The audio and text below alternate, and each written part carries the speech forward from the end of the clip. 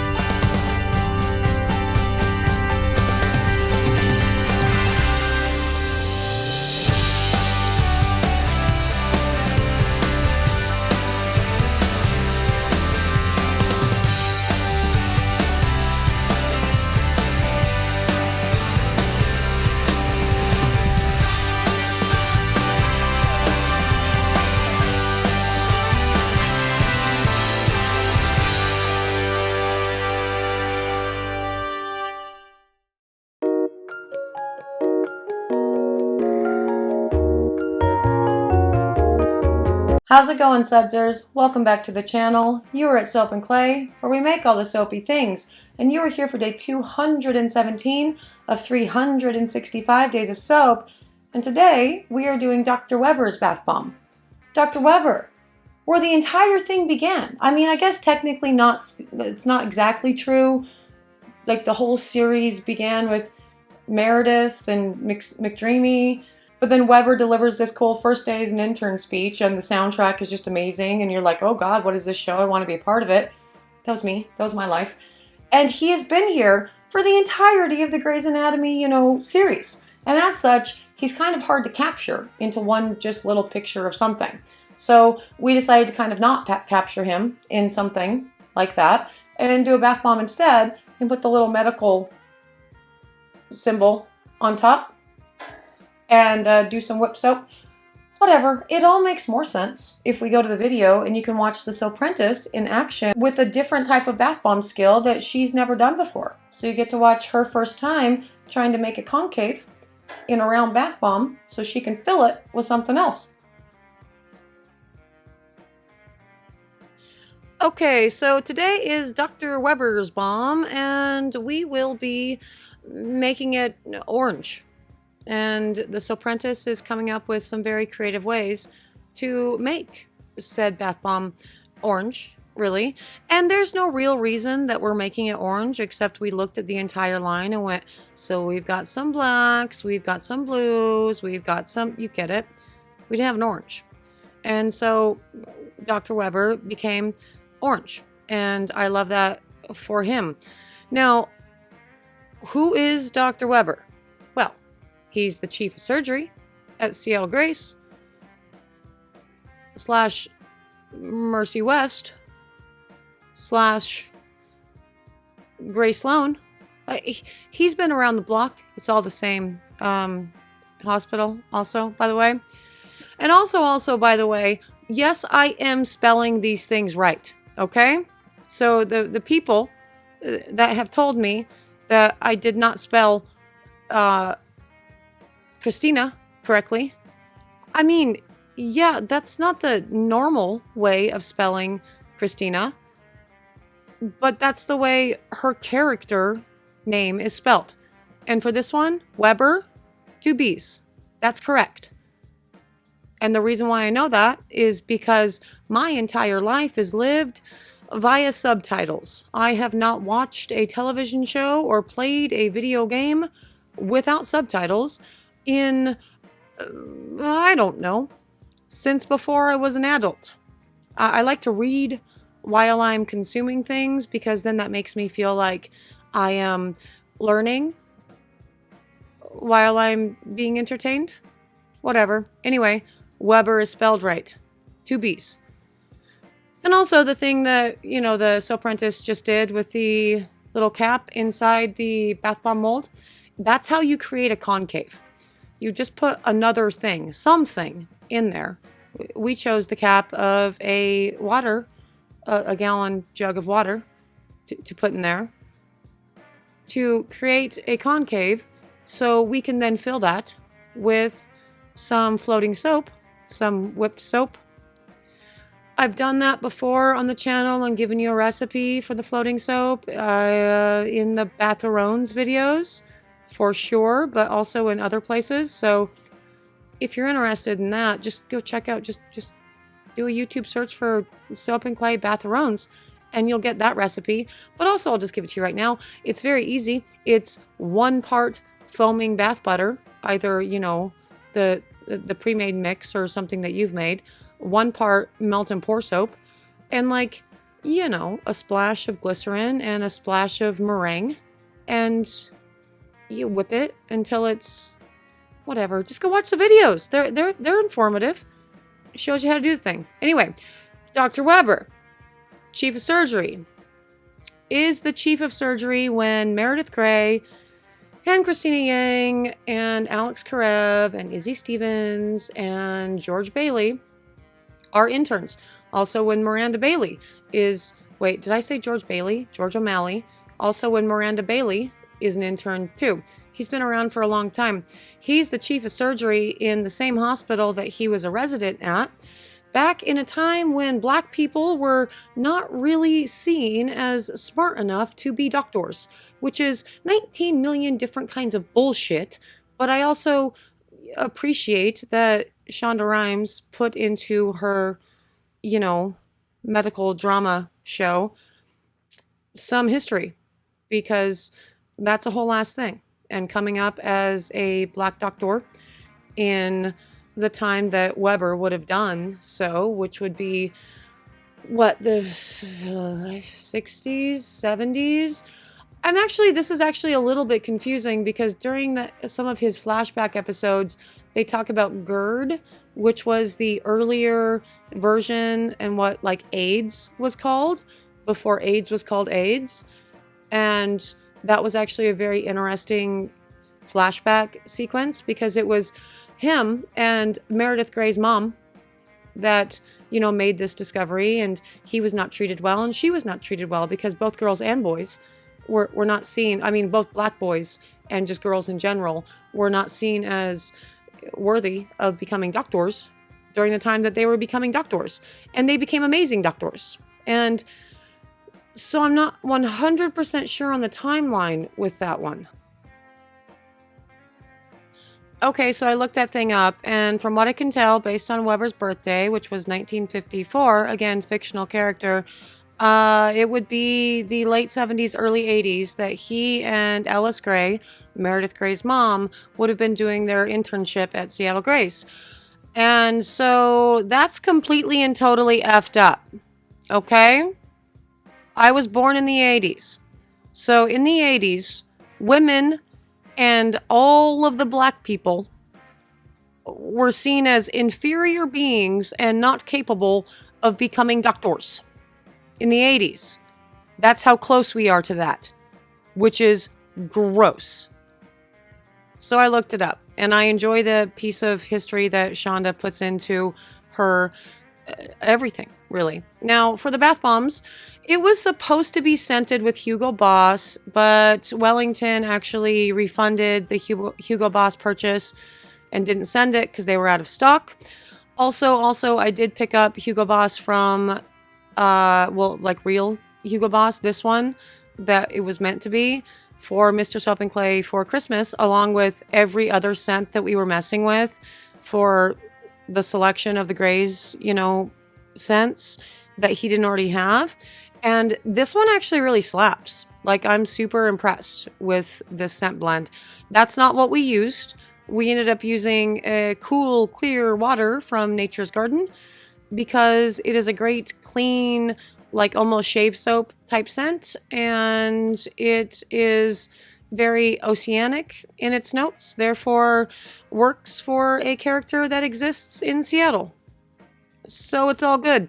Again, going back to who is Dr. Weber, because I'm not going to talk about my bouncing camera and the floating soap piping process, because again, I've already done both of those things a number of times on the channel. Dr. Weber, chief of surgery, when Meredith Grey enters her internship program at the same hospital where he did his residency as at the same time Alice Grey did. And Alice Grey, Meredith's mother, and Richard Weber had an affair while both were married. And so there was this big question mark. Seriously, with the bouncing camera. Damn. It's getting fixed, guys. But there was a big question mark throughout the entirety of the show. Is Meredith Grey's daddy actually her daddy, or is it Richard Weber? And then it was basically decided that Meredith Grey's dad is actually her dad and Richard Weber is not. But he and Alice also had a love child, and she is now on the show. And so a very interesting dynamic there. Like, if I were the chief of surgery, I would have said, when I saw Meredith Grey's name come up, no, I feel like this might be a conflict of interest. But he didn't. In fact, he put her name in the running to be an intern at Seattle Grace. And so I find that odd. But Richard Weber as a character is essentially the big Papa Bear, right? He is everything that all of the interns need at whatever time they need him. But also, with all of that, he is a very talented surgeon, a very quick, smart mind, and really something that is the glue that really holds the entire Seattle Grace, Mercy West, Gray Sloan, whatever the hospital is called now, universe together. Without Richard, there is no anything else. And because he is the glue, he has been involved in a number of really wild scenarios within the Grey's Anatomy world. And he is Miranda Bailey's biggest mentor, and Miranda Bailey's goal. Like, in life, she is just like the goal. I'm not even going to say goals. Literally the goal. She's amazing. a very competent and capable surgeon in multiple areas, very smart, very kind, very logical, very rational, an excellent teacher, and she liked Weber more than anybody else. And so that's already big props to Weber. But again, Weber is the big papa bear that holds everybody together in this entire crazy, weird environment. Seriously with these camera bounces. Now, since this has been recorded, since that point, Mr. Soap and Clay actually hung this ridiculous like rigging system on the ceiling of the soap shop and the pontoon, and also an area in our house because we are getting ready for podcasting and Twitch streaming for a separate thing. But no more bouncing cameras is the point. And those bath bombs, totally cute, totally amazing. And the bloom on those, absolutely gorgeous. Big, beautiful, bright, bold orange, and you have the coppery tones coming out because of the brown that Soap Prentice put in, and it's all perfect. She did an excellent job. Weber is an excellent character, and that is day 217. And there they are, Dr. Weber's bath bombs, and I think they're adorable. And the Soap Prentice did such a great job with this, for sure. It's a little bit tricky and can defy your brain when you're putting something inside of a bath bomb to make essentially a circle, a hole, because when you take it out, the bath bomb powder around where that hole is a little bit fragile. And she really wanted to keep playing with it and try to firm it up. And I'm like, just trust the process, let it dry. This is going to be firm when it comes time to put in the floating soap. And wonder of wonders, that worked, and she was able to do the floating soap with no problems whatsoever. So yes, if you are interested in the Weber bomb, you cannot get it yet. The website A is down because we're taking a break. No more sales. Stop trying. But 2, we don't release any of the theme until the entire theme is done. So we've got a little bit. So you're just going to have to be patient.